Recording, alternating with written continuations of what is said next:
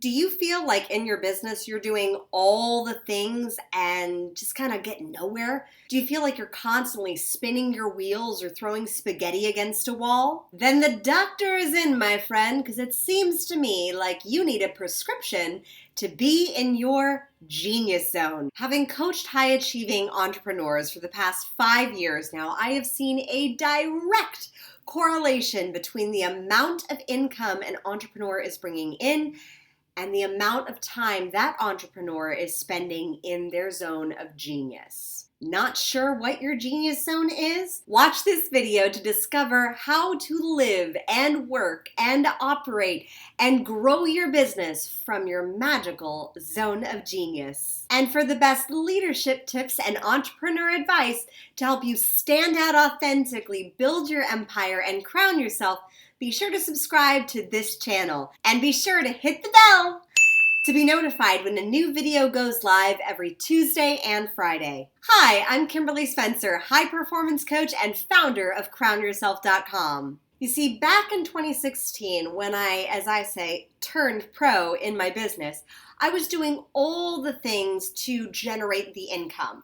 So I was creating the Canva images, I was writing the blogs, I was doing the website backend, I was doing the sales funnels, I was creating the CRM stuff, I was doing all of these things, and my income directly reflected that. Because I was doing all the things except the few things that are in my zone of genius that are the magical things that I do best. Now, I have seen a direct correlation between entrepreneurs and the amount of time they spend in their zone of genius and the amount of income that their business is bringing in. But what is your zone of genius? In his book, The Big Leap, Dr. Gay Hendricks talks about this magical zone of genius where you get to operate and live and be, and it just kind of exudes forth from you because it's so natural. And what I've found is that your zone of genius typically goes against all of the plagiarized programming of work being hard and challenging and the struggle and finding significance and sometimes self-sabotage in those stories that we tell ourselves about struggle and hard work. So how do you know when you're in this zone of genius? It's easy. It sometimes feels practically effortless. And what I've seen from entrepreneurs who tend to self-sabotage this zone of genius, typically this zone of genius is the thing that got them to a place of success, that they then get to this place of success where they think that they have to do things a different way or become a different person. Like one of my clients felt she had to become this very buttoned up professional type of person when she was going into a sales conversation, where prior to that, she'd just been a natural closer, just having a beautiful conversation with people that would automatically enroll them into her programs. However, once she hit a certain level in her business and a certain level in her income, she thought she had to change this. She thought she had to change and become this buttoned up professional type of person because now her business was generating $500,000. That's not so. So what happens is when you start to see the money flowing in from you just being you, like the fullest, most authentic, most fully expressed version of you, you freak out a bit. It scares you. It sometimes doesn't make logical sense. Maybe this defies the hard work paradigm that you grew up in, or maybe you don't feel like you deserve the results that you get, and it goes against some of those stories and those beliefs around deserving and worthiness because the results are just coming so easily to you.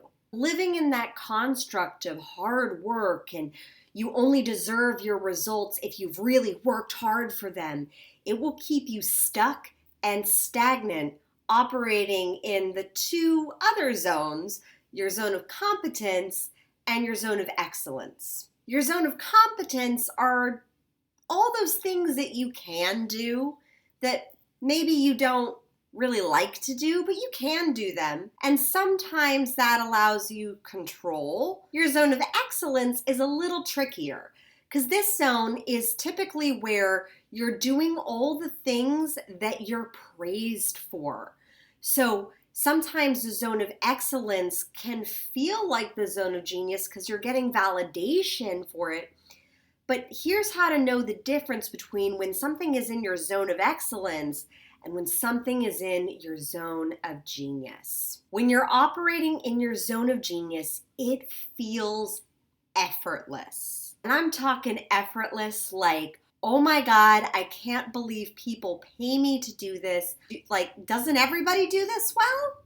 It's so natural for you. It feels like such a no-brainer for you to operate in that way. Like doesn't everybody think, act, do things this way? No, they don't. That's what makes it your zone of genius, not someone else's zone of genius. You feel more energized by being in your zone of genius. The longer you're in it, the more energy you have. For some people, it's that moment when they come off of stage and they literally could go right back on. You've seen this with some performers perhaps, or some musicians, where they'll just keep doing encores because it's what they do. They just can't not. For others, it's when they get out of a really creative brainstorming session with their team. They get to throw wild and visionary ideas, and they could literally be in that meeting for 8 hours and love every single second of it. For others, it's after a powerful perspective shifting conversation. For me, I just got off of 5 hours of coaching calls, and I'm still here doing this because I love it, because I thrive in it. I have more energy coming off of 5 hours of coaching calls while pregnant in my 3rd trimester, going into doing some more content because I love it so much. For others, it comes from hanging up that sales call. They could just keep going all day long, hitting those sales calls and feeling like a freaking rock star. For others, it could be having the most well-organized and beautiful spreadsheet on the face of the planet. Like, that's the beautiful thing with my Queen team.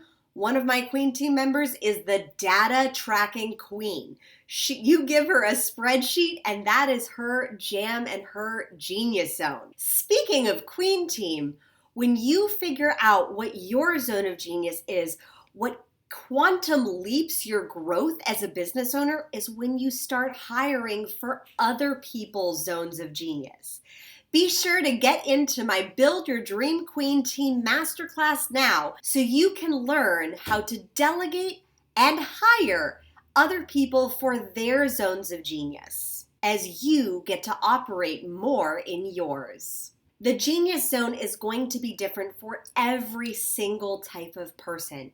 But this is the key element to know when you've been in it. You will know if you've spent time in your zone of genius by how you feel after you've been in it for a while. So after you've been in it for a few hours or even 45 minutes, you will know it by how you feel after you've been in it. And of course, after you hashtag mic drop and wow and dazzle and awe everyone who is able to witness you in the magic of your zone of genius. Now, I'd love to hear from you. Where is that area in your business where you feel both effortless and alive?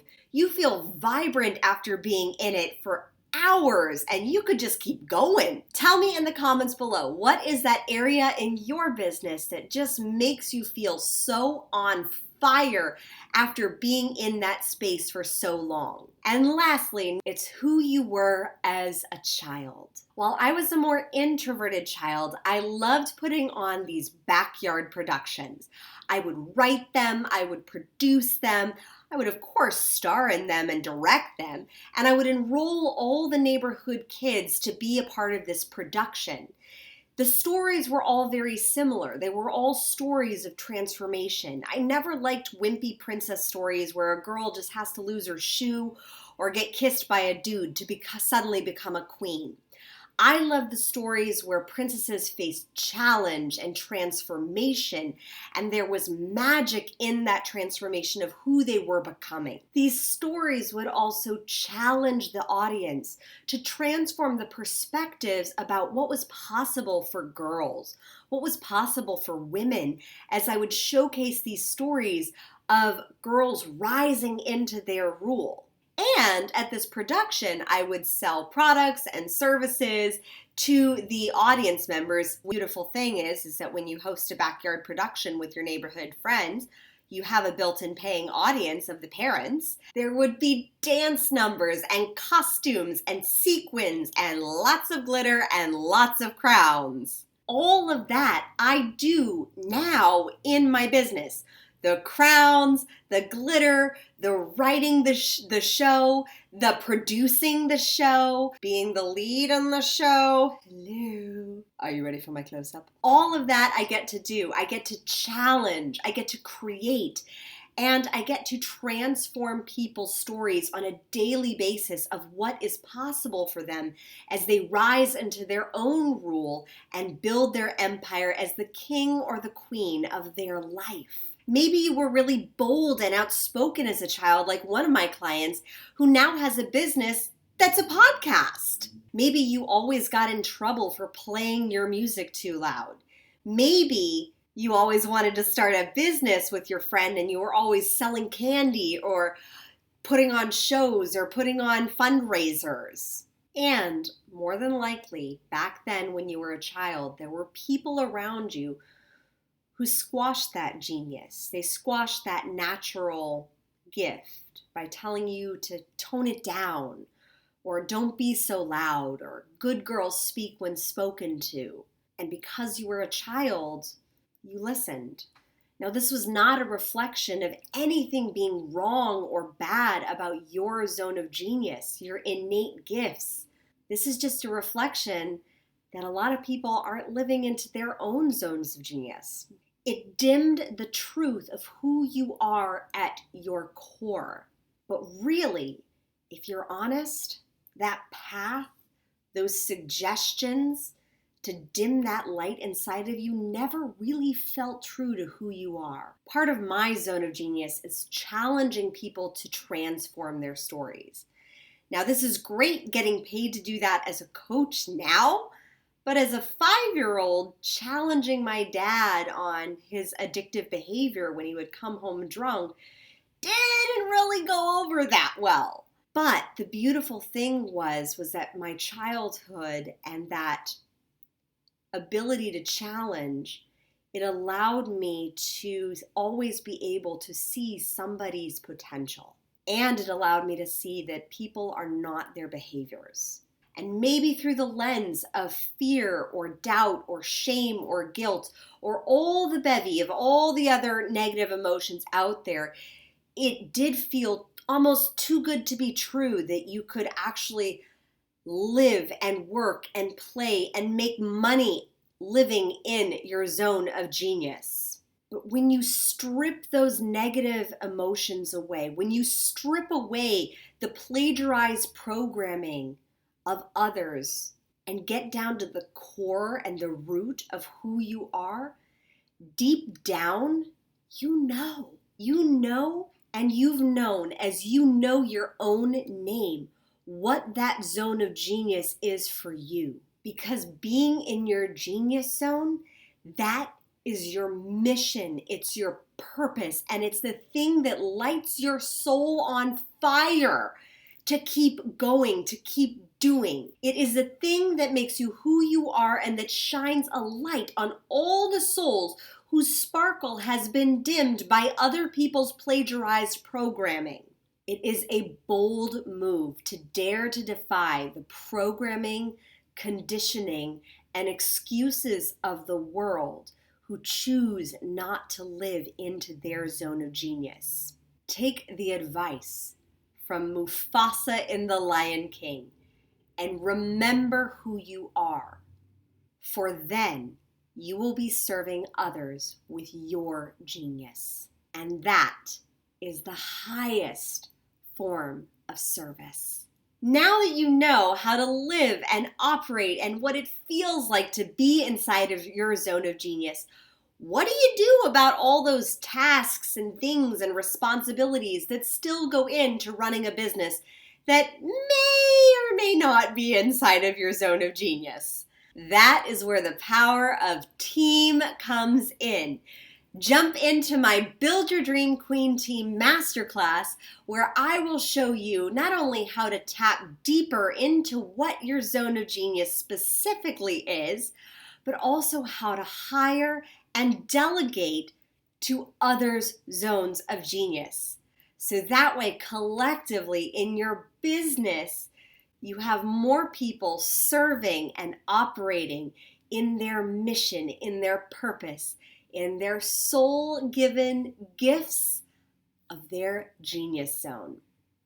And if you want to join a community of fellow sovereigns who are choosing to stand out in their genius zone fearlessly and serve from their soul, then jump into our Crown Yourself community on Facebook, where I share the latest leadership, entrepreneurship, and performance-enhancing strategies and challenge you daily to rise into your role.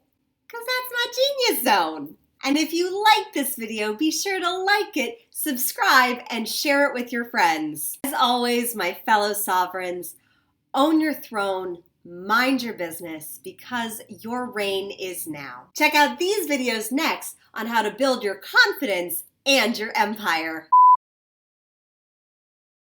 I live next to a clock tower where the bells go off every 30 minutes. This has massive impact on my productivity, on what I can accomplish in 30 minutes.